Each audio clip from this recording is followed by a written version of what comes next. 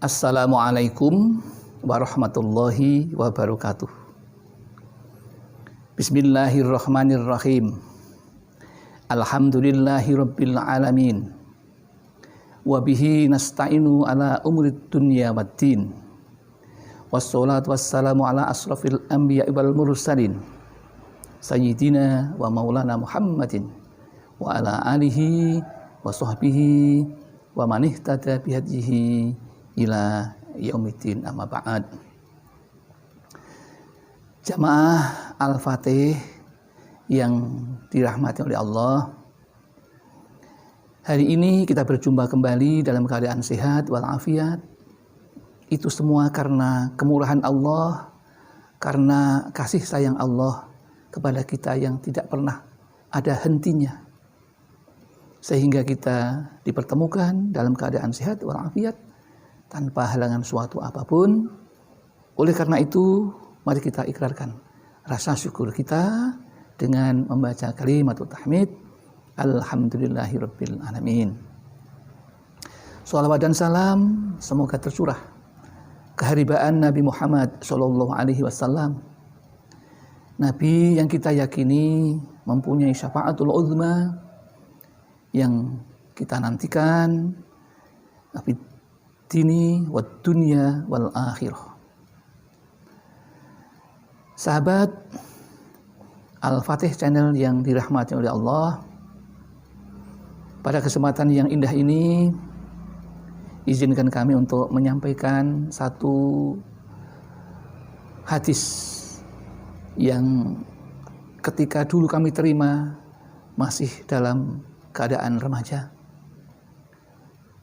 Saat itu sampai saat ini sungguh tidak pernah lupa, karena belajar di masa muda itu ibaratnya melukis di atas batu, sementara belajar di usia tua ibarat melukis di atas air.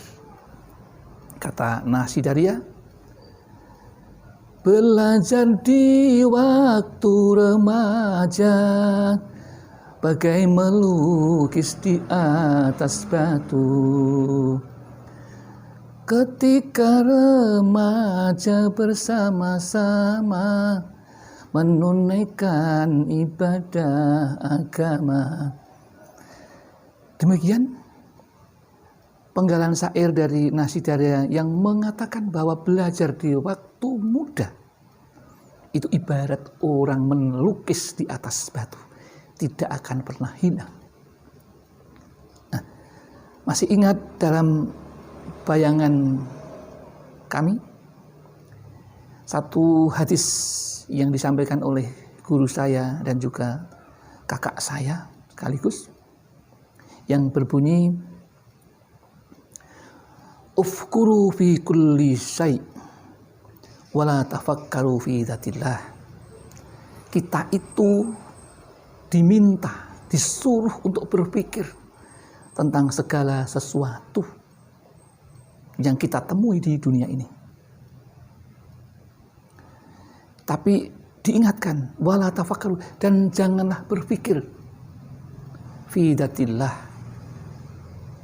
Jadi satu peringatan, tidak boleh kita memikirkan tentang zat Allah, karena kita tidak mungkin bisa mencerna, menerima, berpikir sampai paham karena keterbatasan kita sebagai manusia.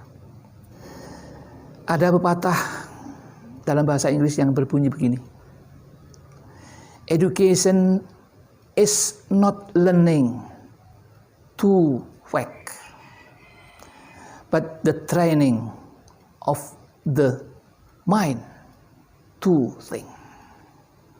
Yang artinya,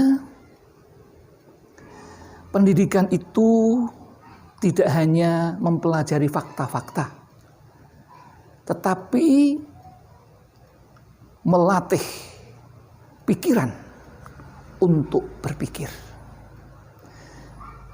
Ternyata orang barat yang sekuler itu pun juga menghargai betul tentang pikiran. Jadi mereka menginginkan pikiran itu tidak hanya untuk mempelajari fakta-fakta, tetapi juga melatih pemikiran untuk berpikir. Tentu berpikir ala mereka. Sementara pada beberapa saat yang lalu telah terjadi peristiwa yang luar biasa di Indonesia. Ada satu tokoh artis musik yang terkenal yang bernama Glenn Fredly. Dia tidak hanya mahir bermain musik, tidak hanya bermain suara dengan kemampuan menyanyi yang luar biasa indahnya, tetapi dia itu juga termasuk orang yang punya empati luar biasa kepada semua masyarakat yang menyandang ekonomi lemah, masyarakat yang terkena penyakit. Mereka juga sangat empati luar biasa. Tapi tiba-tiba mereka dipanggil kepada Yang Kuasa. Bagi kita, hal yang semacam itu ada pandangan tersendiri. Karena semasa hidupnya, Glenn Fredly, bahkan tidak itu ada penyanyi yang luar biasa, Nike Ardilla, itu juga meninggal pada usia yang sangat muda. Mereka banyak mendapatkan sanjungan. Mereka banyak mendapatkan pujian dari masyarakat yang luar biasa. Bahkan ada tokoh dunia yang sangat terkenal karena kecantikannya, karena empatinya, karena jiwa sosialnya yang luar biasa. Siapa dia? Tidak lain adalah Lady Di, istri Pangeran Charles. Mereka juga mendapatkan pujian yang luar biasa. Mendapatkan beberapa orang yang mengagumi dirinya, kesantunannya, kecerdasannya, semuanya seolah tiada celah. Sehingga orang terkagum-kagum, orang memuja-muja, orang menyanjung-nyanjungnya. Sementara menurut pandangan Islam, bahwa sanjungan, pujian yang berhak itu adalah hanya Allah semata. Jadi pujian yang ada 4 macam, itu semuanya milik Allah. Manusia, pujian manusia kepada manusia, itu memang iya. Tapi itu semuanya karena manusia itu ciptaan Allah, maka semua itu adalah milik Allah. Jadi manusia tidak punya hak. Bahkan di dalam agama ketika kita mendapatkan pujian, maka dianjurkan untuk membentengi pujian itu supaya tidak mencelakai kita. Apa yang perlu dipikirkan? Mereka-mereka yang terkenal, mereka yang sangat dicintai, disanjung, dipuja, hidupnya tidak lama. Tapi ada pula di Indonesia, contohnya Elvi Sukaisi,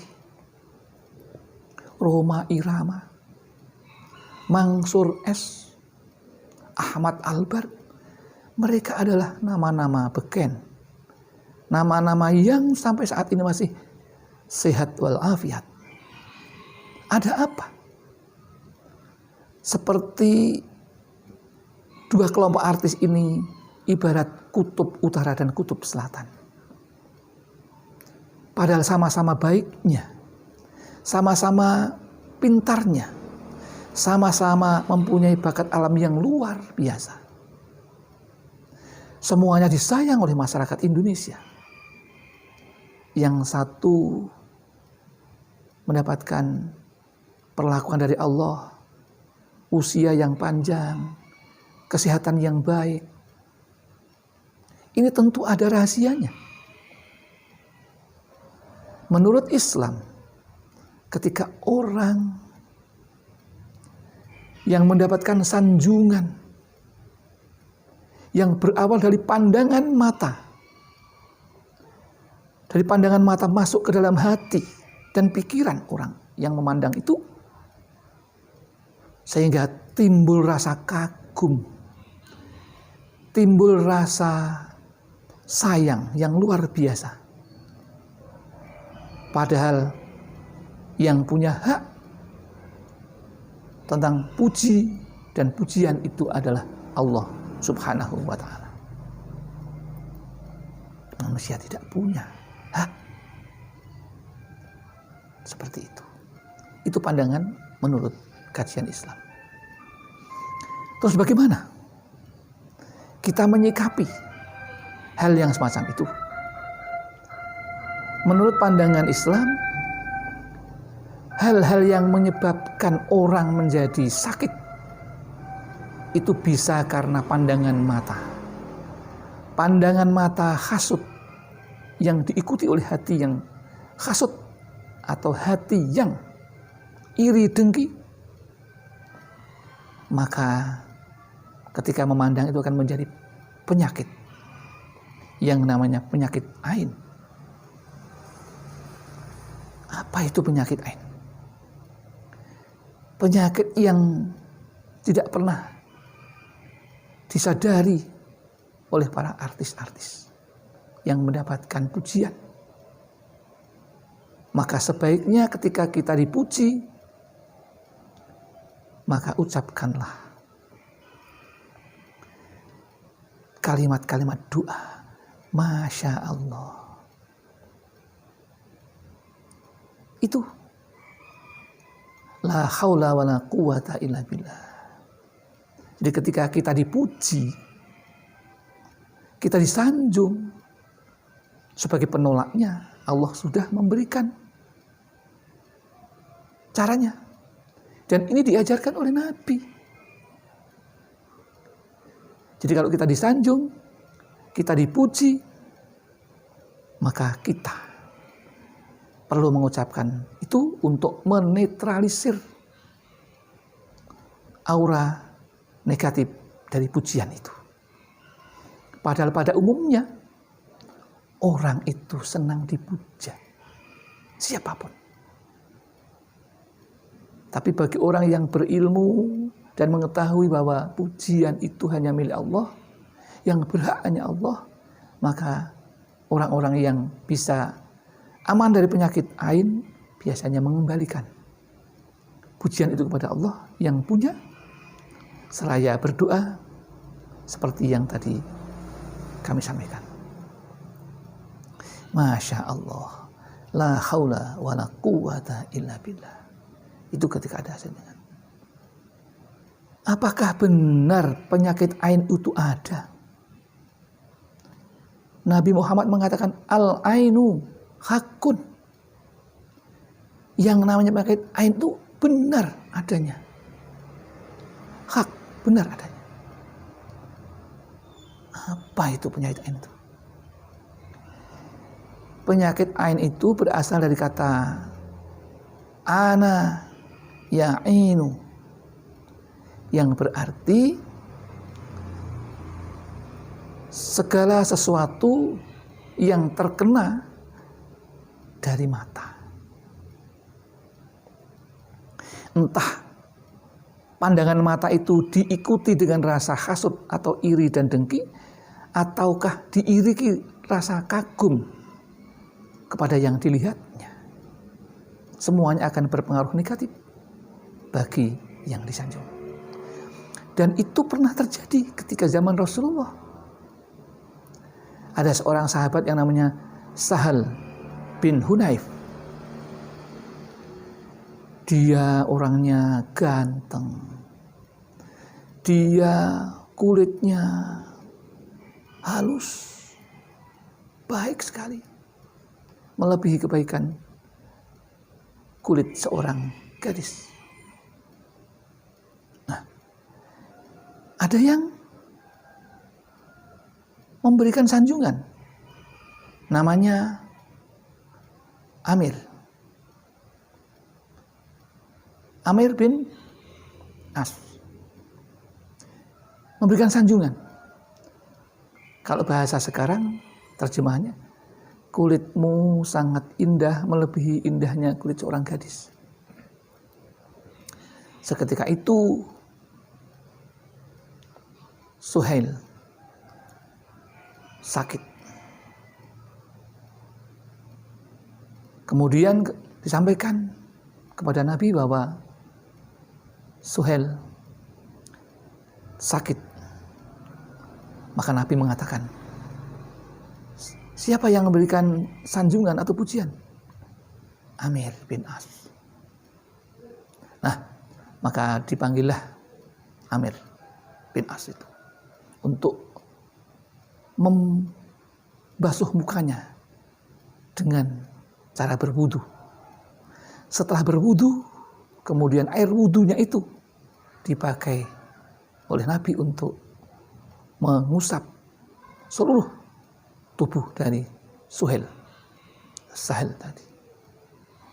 Sehingga saat itu Sahal bin Hunayf lama-lama menjadi sehat dan pulih seperti sedia kala. Ya. Maka ada tip dari Rasulullah. Dan ini dulu pernah digunakan oleh Rasulullah untuk meruqyah cucunya Hasan dan Husain. Doa itu pernah dipakai untuk meruqyah Hasan dan Husain. Dan ketika itu selesai meruqyah dengan membacaan doa itu, Nabi mengatakan, doa ini dulu dipakai oleh Nabi Ibrahim untuk meruqyah Nabi Ismail dan Nabi Ishak. Ada yang tahu? Sahabat Al-Fatih Channel? Ayo, siapa yang bisa? Itu doanya pernah kami sampaikan di dalam episode video yang sebelumnya. U'idukuma ila akhirih. Seperti itu. Bila ingin tahu, boleh melihat video yang sudah kami sampaikan sebelumnya. Ya, supaya di sini ada tantangan untuk menonton video yang sebelumnya. Tapi tidak bijak kalau tidak kami sampaikan. U'udzuka bi kalimatillahi tammah wa min kulli syaitonin wa hammah wa min kulli ainil lahammah. Itulah doa yang dipakai Nabi Muhammad SAW untuk meruqyah Hasan dan Husain, dan juga pernah digunakan oleh Nabi Muhammad, Nabi Ibrahim alaihissalam ketika meruqyah Nabi Ismail dan Nabi Ishak. Itu. Kemudian kalau kita bertemu kepada saudara kita yang punya harta banyak, punya mobil yang bagus, punya wajah yang baik, entah itu saudara, entah itu anak, maka berikanlah doa. Barakallahu laka. Barakallahu laka. Begitu. Supaya pandangan kita, kekaguman kita tidak berakibat negatif pada yang kita pandang. Itu semua anjuran Rasulullah. Kemudian bagaimana? Kalau orang yang sudah terkena seperti itu, maka harus bersabar. Harus bertawakal kepada Allah. Kalau sudah terlanjur kena. Bagi yang belum, nah ini anak-anak kita, saudara-saudara kita, ajarkan doa yang tadi. Benteng penyakit ain. Benteng dari setan. Itu doa dari Allah yang diberikan kepada Rasulullah. Bahkan Nabi Ibrahim juga begitu. Doa itu. Doa yang hebat, luar biasa. Yang kita yakini adalah sebagai benteng penyakit ain. Nah, maka kalau ada yang kena, ada caranya untuk meruqyah. Meruqyah yang pertama, kalau kita tahu siapa yang menyebabkan itu, maka kita mudah. Maka disuruh berwudu dan air wudunya untuk diusap-usapkan ke seluruh tubuh si pasien. Atau disuruh mandi. Air mandi itu juga untuk dipakai membasuh semua tubuh supaya sembuh. Dan yang ketiga dengan ruqyah syar'iyah. Salah satu di antaranya adalah dengan doa tadi. Dalam istilah kesehatan ada pepatah yang mengatakan menjaga itu lebih baik daripada mengobati. Maka kepada semua jamaah Al-Fatih Channel ini perhatikan betul hal yang sepele tapi juga bisa jadi gawe. Maka ini nasihat Rasulullah. Amalkan, hafalkan, amalkan setiap saat. Kalau belum hafal, ya membaca. Oke. Nah, itulah tentang penyakit ain yang mudah timbul kepada orang-orang yang sering mendapatkan pujian, orang yang mendapat pandangan jahat. Kulli ainil lamah, dan pandangan mata jahat. Itu kata Rasulullah. Maka kita akan selamat insyaallah dengan menjaga tadi. Ya. Begitu yang dapat kami sampaikan, mudah-mudahan ada manfaatnya. Ada kekurangan, mohon maaf, ada kesalahan semata-mata kesalahan kami. Semoga Allah juga mengampuninya, dan kalau ada benarnya itu semata-mata karena Allah Subhanahu wa ta'ala. Billahi taufiq wal hidayah wal inayah wal barakah. Wassalamualaikum warahmatullahi wabarakatuh.